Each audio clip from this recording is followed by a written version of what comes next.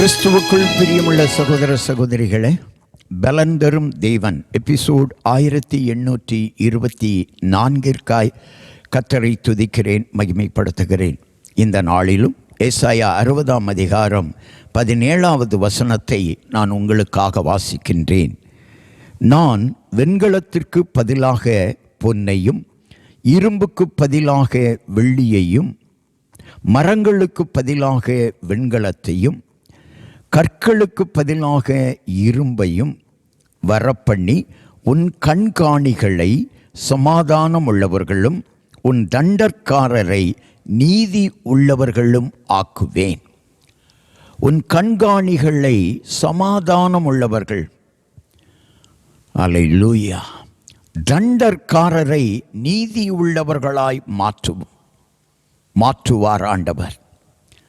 இன்றைக்கு அநேகருடைய வாழ்க்கையிலே சமாதானம் இல்லை. தொழிலிலே, வியாபாரத்தில், குடும்பத்தில் சமாதானம் இல்லாமல் வாழ்ந்து வருகிற ஒவ்வொருவருக்குமான செய்தி இதுதான். ஒருவேளை கண்காணிகளை மாத்திரமல்ல, குடும்பத்தில் உள்ள ஒவ்வொருவரையும் சமாதானம் உள்ளவர்களாக ஆண்டவர் மாற்றுவார். அது மாத்திரமல்ல, தண்டற்காரர்களால் அவதிப்பட்டு கொண்டிருக்கிற மனிதர்கள் மத்தியிலே தண்டற்காரர்களை நீதி உள்ளவர்களாக மாற்றுவாராம். ஹல்லேலூயா, ஹல்லேலூயா.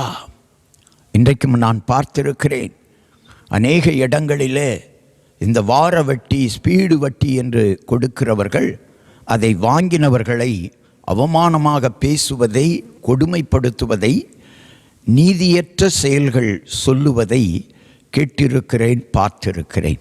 ஆனால் வேதம் சொல்லுகிறது, இயேசுவினுடைய பிள்ளையாய் வந்துவிட்டால் உன் தண்டற்காரர்களே நீதி உள்ளவர்களாய் மாறுவார்கள், உன் கண்காணிகள் சமாதானமாய் மாறுவார்கள்.